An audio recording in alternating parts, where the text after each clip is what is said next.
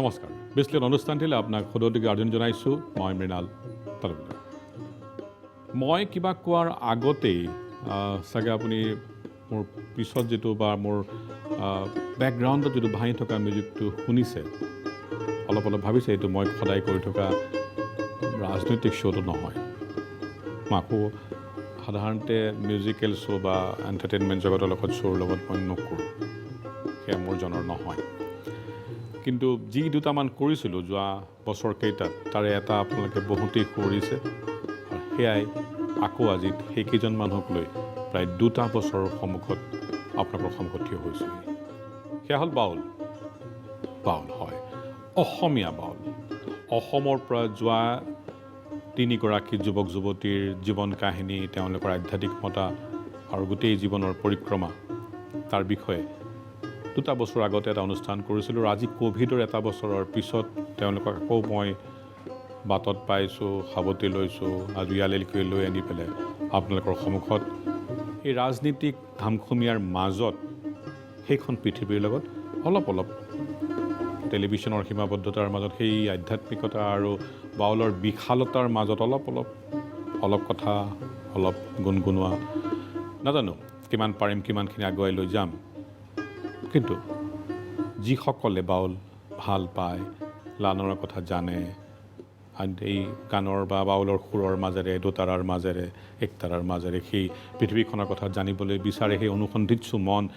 তাত সেই হাজাৰজনৰ নিচিনা ময়ো এজন আৰু সেইকাৰণেই বহু বেছি একো নজনাকৈ আপোনালোকৰ সন্মুখত থিয় কৰাইছোঁ মহামায়া আকৌ এবাৰ তোমাক পালোঁ তৰ্পণ মাধুৰ্যময়ী নগাঁও শিৱসাগৰ নগাঁও আৰু নলবাৰী প্ৰথমতে মই ধন্যবাদ জনাইছোঁ যে মোক পৰঞ্চ মোৰ কাৰণে অকণমান উশাহ নিৰ্বাচনী ধামখুমীয়া দিনে ৰাতি চলি আছে হিতাধিকাৰীৰ অংক তাৰ মাজত বিভিন্ন কথা বতৰা চলি থাকে তাৰ মাজত যে আহিছা লগ পাইছা কথা পাতিব পাৰে তাৰ কাৰণে ধন্যবাদ 2টা বছৰ আগত লগ পাইছিলোঁ চেহেৰাবিলাক অলপ বদলিছে মাধুৰ্য অকণমান বেলেগ হৈছে তৰ্পণ একে আছে তোমাৰ জতাখিনি অকণমান চুলিত কমি যায় তো পৰিৱৰ্তন এটা হৈছে চবৰে চকুত এটলিষ্ট বাহ্যিকভাৱে ভিতৰত আৰু কিমান আগবাঢ়িলে তোমালোকৰ সেই কথা বতৰাবিলাক মই যাম তাৰপিছত আগত তোমালোক কোন সেইখিনি যিসকলে সেই অনুষ্ঠান চোৱা নাই সেইসকলৰ কাৰণে মই যাম কিন্তু তথাপিও ধৰি লৈছোঁ যিসকলে চাইছে তেওঁলোকৰ কাৰণেই প্ৰথমটো প্ৰশ্ন কৰিছোঁ য'ত এৰিছিলোঁ আৰু আজি য'ত পাইছোঁ যি বাহ্যিকতাটো বাদ দিয়া মুখত কেনেকুৱা হৈছে কোনোবা শকত হৈছে কোনোবা ক্ষীণাইছা ভিতৰত তোমালোকৰ সেই আধ্যাত্মিকতাৰ যিটো যাত্ৰা কিমান দূৰলৈ আগবাঢ়িলে আধ্যাত্মিকভাৱে আগুৱাই যোৱা মানে মোৰ বোধেৰে চেতনাৰ বিকাশ হোৱা এটা বাক্যত ক'ব গ'লে তো 2 বছৰত নিশ্চয় আমাৰ চেতনাৰ আৰু বিকাশ হৈছে সেই ক্ষেত্ৰত আগুৱাইছোঁ মাধুৰ্যময়ী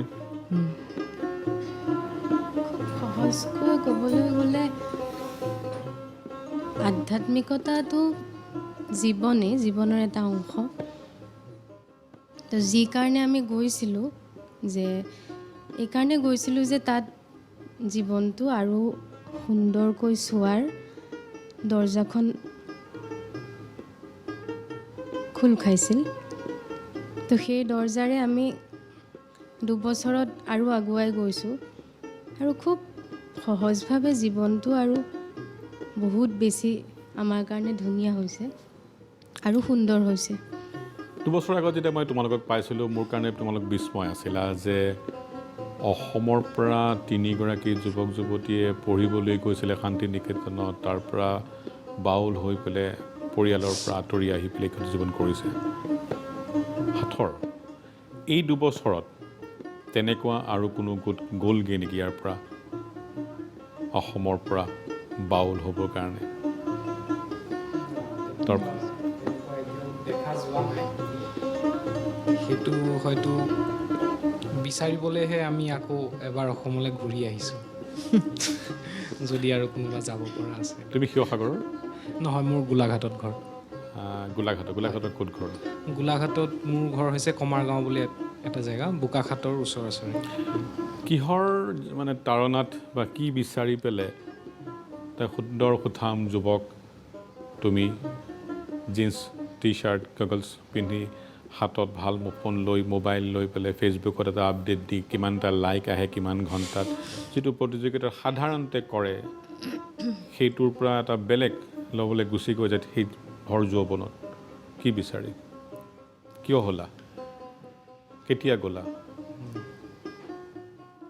আচলতে এইখিনি কথা হয়তো যোৱাবাৰ হৈছিলেও কিন্তু তথাপি কিছু দৰ্শকে নাজানে কাৰণে মই সুধিছিলোঁ ঠিক আছে মই কৈ আছোঁ মোক আচলতে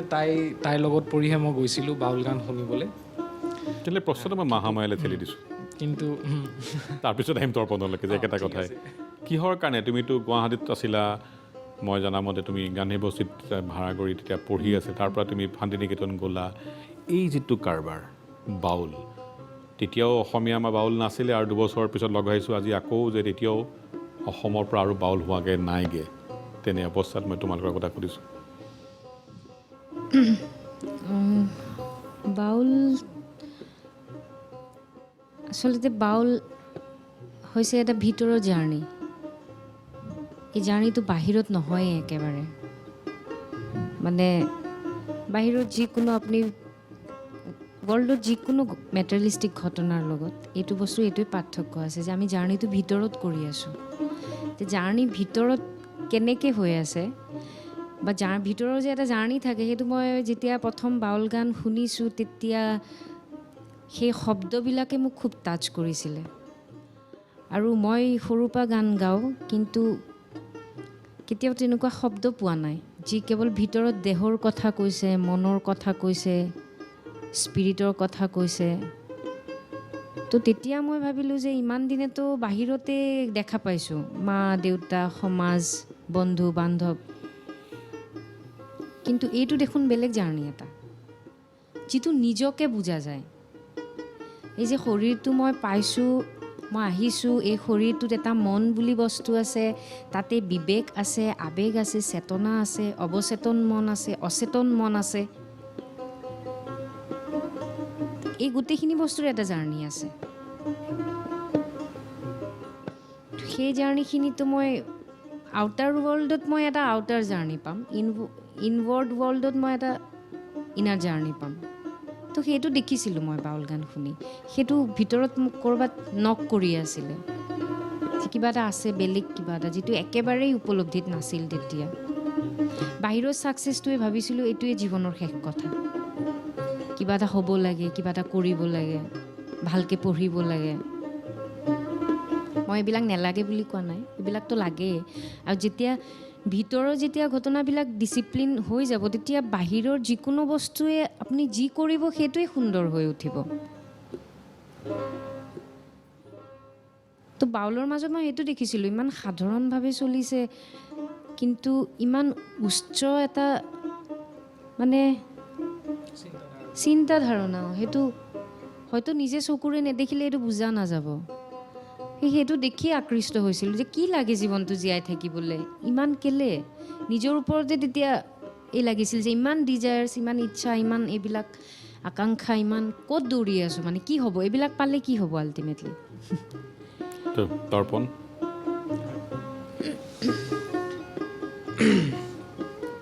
এই জাৰ্ণিটোত যোৱাৰ মোৰ একমাত্ৰই কাৰণ হৈছে সেইটো মই সৰুৰে পৰা মই নিজৰ ফ্ৰীডমটো খুব বেছি ইম্পৰ্টেঞ্চ দিছোঁ আৰু সকলো মানুহে দিবলৈ বিচাৰে কিন্তু হয়তো দিব নোৱাৰে নেকি মই নাজানো সঠিককৈ কিন্তু মই খুবেই বেছি মানে ভাবি লৈছিলোঁ যে মোৰ পাৰ্চনেল ফ্ৰীডমটো মোৰ লাইফত মোক লাগিব মই নিজৰ যি কৰিবলৈ ইচ্ছা মই সেইটো কৰিব বিচাৰোঁ কৰি চাব বিচাৰোঁ তো বাউলত অহাৰ একমাত্ৰ কাৰণ সেইটোৱে মোৰ হয় নিচিনা লাগে মোৰ নিজৰ কাৰণে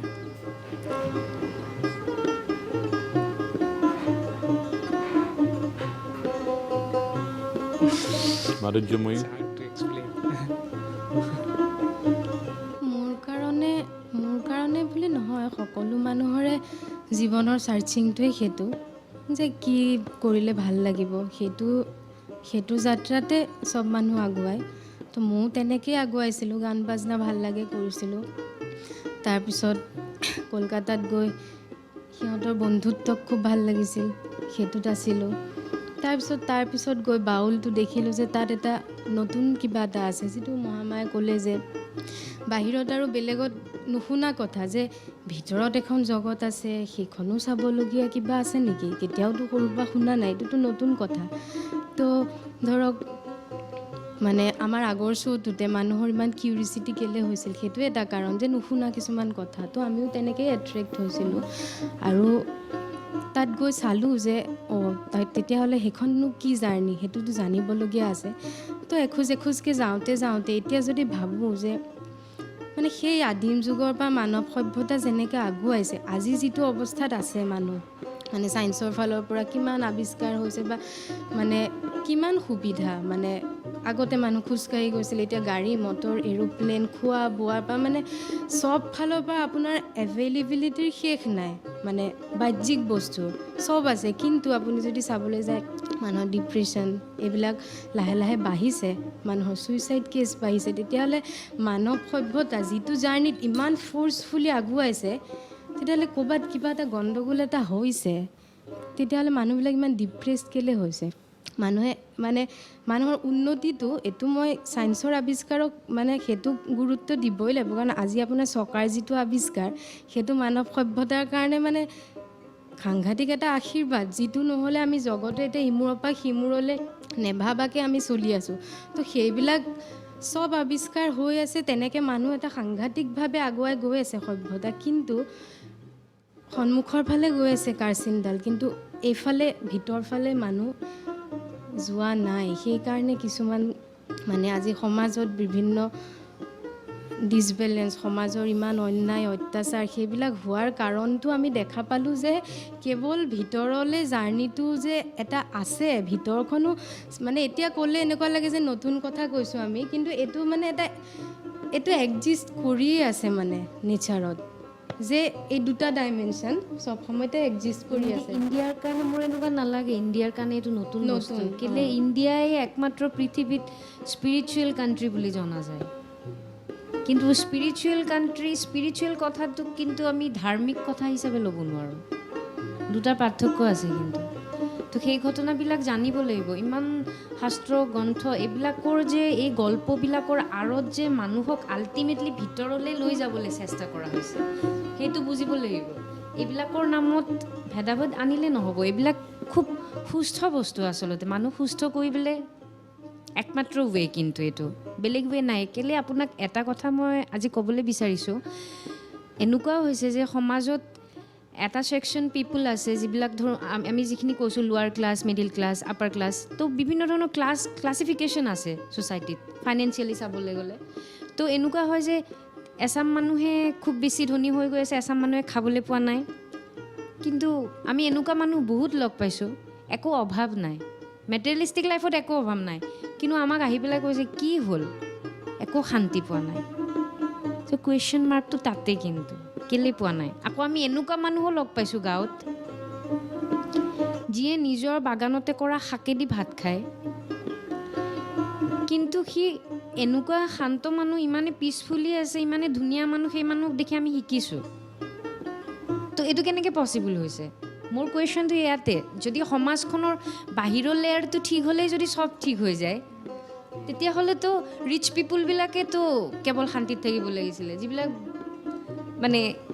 সেইটো ঠিক আছে, কিন্তু এইটো আদিম যুগৰ পৰা আছে কিন্তু ছ'চাইটিত। মোৰ এইটো নেচাৰৰে এটা ক্ৰিয়েশ্যন, কিন্তু মোৰ তেনেকুৱা লাগে। কিন্তু মানুহে আউটাৰ ৱৰ্ল্ডখনত ফাইট কৰি আছে।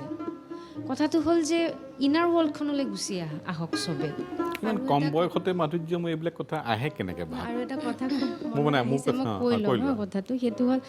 তাই যিটো কথা ক'লে ন, যে মানুহে কেৱল আউটাৰ ৱৰ্ল্ডখন কেনেকৈ ঠিক কৰিব পাৰে, সেইবিলাকেই সমাজত ধৰক মানুহে নিয়ম কৰিছে। এই ধৰক কেইদিনমান আগতে অসমত হুলস্থুল লাগিছিল যে প্লাষ্টিক বৰ্জন কৰি কাগজহে ব্যৱহাৰ কৰিব চবেই, প্লাষ্টিকৰ বেগ ব্যৱহাৰ নকৰে। এই ধৰণৰ নিয়মবিলাক চব সময়তে মানে হঠাৎ কয় যে এনেকৈ পালন কৰক, আপোনালোকে মাটিত প্লাষ্টিক নেপেলাব, এই ধৰণৰ কথা। কিন্তু কি হয়, কেইদিনমান টানি ধৰালৈকে চলিল, তাৰপিছত গুচি গ'ল। কাৰণটো কি? কাৰণ ভিতৰত এৱেকেনিংটো নাই। এতিয়া চাওক মাটিখিনি ন, মানে মাটিটোনো কি, আমি য'ত সৰুৰ পৰা য'ত খোজকাঢ়ি আছোঁ, ঘূৰি ফুৰিছোঁ, সেই মাটিৰ পৰাই শস্য উৎপাদন হৈছে, আমি খায়ো আছোঁ, কিন্তু এই যে আমাৰ যে গভীৰ যে ভাৱবোধটো নাই, যাৰ কাৰণে মানে মাটিত চাব, মাটিৰ ধৰক কি ক'ম, ইণ্টেলিজেঞ্চটো। আপুনি এটা গছৰ গুটি পেলালে, এই কথাটো সদগুৰুৰ মুখত শুনিছিলোঁ হা, মই যোনদিনা শুনো মোৰ মানে ঘুকাই কান্দি পেলাইছোঁ। বোলো মই ভাবা নাই কেতিয়াও এনেকৈ। চবেই খেতি কৰি আছে, মাটিত গুটি পেলাইছে ন,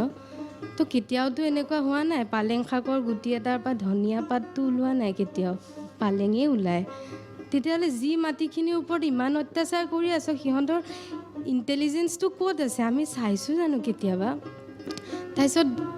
সেই জেগাটোত আপুনি প্লাষ্টিক পেলাব কেনেকৈ? যেতিয়া গম পাইছে মাটিয়ে প্লাষ্টিক হজম কৰিব নোৱাৰে, আপুনি কেনেকৈ প্লাষ্টিক পেলাব সেয়া মাটিত? তো সেই ভাৱবোধটো যদি ভিতৰত সেই তেনেকৈ যদি উপলব্ধি কৰাব নোৱাৰে, তেতিয়াহ'লে কেৱল মন্ত্ৰীবিলাকে মানে জোৰ কৰি দাবী কৰা যে প্লাষ্টিক ব্যৱহাৰ নকৰিবা, ইফালে প্লাষ্টিকৰ বদলত তুমি অন্য অৰ্গেনিক বস্তু কিবা এটা উৎপাদন কৰা, সেইফালে মনটো দিয়া, তেতিয়াহে প্লাষ্টিক বেগটো নাইকিয়া হৈ মানুহে বেলেগ এটা বস্তু ব্যৱহাৰ কৰিব। মানে ছিষ্টেমবিলাকত কামবিলাক কোনো হৃদয়ৰ পৰা নকৰে, মানে কি ক'ম। আৰু আপুনি গছ নেকাটিব বুলি কয়, এতিয়া চাওক, মানুহে যদি ভালকৈ ভাবে উশাহ যে লৈ আছোঁ, গছকেইজোপাই অক্সিজেনকণ দিছে কাৰণেহে লৈ আছোঁ। এতিয়া মানুহ যদি এটা উশাহত কনচিয়াছ হয়, তো লগে লগে গম পাব এটা উশাহ গছজোপাই দি আছে, তো সেই গছজোপা আঘাত কেনেকৈ কৰিব আপুনি? মানে ভাবি মানে সেইকাৰণে এই সূক্ষ্ম অনুভূতিবিলাকৰ কাৰণে আধ্যাত্মিকতা শব্দবিলাক বাদ দিয়ক, এইটোতো জীৱনটো মানুহৰ। এইবিলাক স্পিৰিচুৱেলিটি, আধ্যাত্মিকতা ইমান চিৰিয়াছ মেটাৰ নহয়তো একো। কি গছ এজোপা কাটি মাৰি কৈছে মাটিত প্লাষ্টিক পেলাইছে, ইমান প্ৰদূষণ হৈছে, এইবিলাকৰ কাৰণে কি আধ্যাত্মিকতা জনাৰ দৰকাৰ আছে নেকি? মানুহৰ সামান্য চকু কাণ নাক মুখ থাকি যদি মানুহে জগতখন চাই, সেই সামান্য প্ৰেম ভাৱটো হৃদয়ত জগাবলৈ আমাৰ শিক্ষা ব্যৱস্থা হ'ব লাগে। আমাৰ শিক্ষা ব্যৱস্থাত কি শিকাইছে নাজানো, মোৰ ওচৰত বিকল্প নাই এতিয়া। সেইকাৰণে হয়তো মই সেইটো অৱস্থাত মই এতিয়া নাই যে বেলেগ বিকল্প মই কিবা দিব পাৰিম। কিন্তু যিটো শিক্ষা ব্যৱস্থাও চলি আছে এতিয়া, কি শিকায় কওকচোন আপুনি? আমি যে সৰুৰ পৰা স্কুলত যে পঢ়িলোঁ, পৰীক্ষাত যে নম্বৰ সোপা পালোঁ, কি জীৱনটো উপলব্ধি কৰা নাইতো। এই জগতখন কিমান এটা ডাঙৰ এটা মিস্ত্ৰী, আকাশখনলৈ চালে আপুনি লগে লগে গম পাব যে ক'ত আছোঁ মই, একো বুজি পোৱা নাই। হয়তো মানুহ চন্দ্ৰলৈ গৈছে, এলৈ গৈছে, ঘূৰি ফুৰিছে, কিন্তু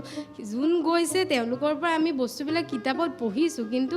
উপলব্ধিত কি আছে? আপুনি মাটি চাওক, আপুনি গছ এজোপা যদি চাই, যেনেকৈ বাঢ়িছে গছ এজোপা, ফুল এপাহ, মোৰতো এতিয়া এনেকুৱা লাগে যিফালেই চাওঁ সেইফালে এনেকুৱা লাগে কি হৈ আছে, ক'ত আছোঁ মই, একোৱে বুজি পোৱা নাই।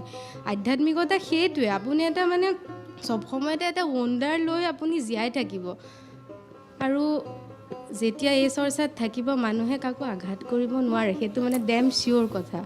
সেইটো মই জানো আপোনালোকৰ কথাবিলাক শুনোতে আপোনাৰ নিচিনা মোৰো আচৰিত লাগে। এজনী সৰু ছোৱালীয়ে 20, 22, 23, 24 বছৰীয়া ছোৱালীয়ে কৈ আছে এইবিলাক কথা, শুনি আছোঁ, চব কথাই হয়। বুজিও যেন বুজিব নিবিচাৰোঁ, জানো নোৱাৰোঁ। আমি গোটেইবিলাকেই মহামায়াই কোৱা নে সকলো আছে, কিন্তু কিবা এটা নাই, এই শূন্যতাত ঘূৰি ফুৰিছোঁ, শূন্যতা বিচাৰি ঘূৰি ফুৰিছোঁ। নোপোৱাৰ সংখ্যা সদায়ে বেছি, ক'ৰবাত পাওঁ, বেছিভাগেই নাপাওঁ। তথাপি বেকগ্ৰাউণ্ডত বাজি যে আছে বাউল, সেইটো কিন্তু একলা চলৰে ৰবীন্দ্ৰনাথৰ নহয় দেই, অৰিজিনেল বাউলটো বেলেগ। সেইটোহে অলপ আগতে বজাইছিলে, তাকেই মই শুনি পেলাই বেকগ্ৰাউণ্ডত বজাই ৰাখিছোঁ দৰ্পণে। বিৰতিৰ পৰা ঘূৰি আহি এই কথাবিলাক আৰু অন্তৰ লাগিবৰ কাৰণে চাগে আমি অলপ বাউলৰ গানলৈকো যাব লাগিব। ঠিক বিৰতিৰ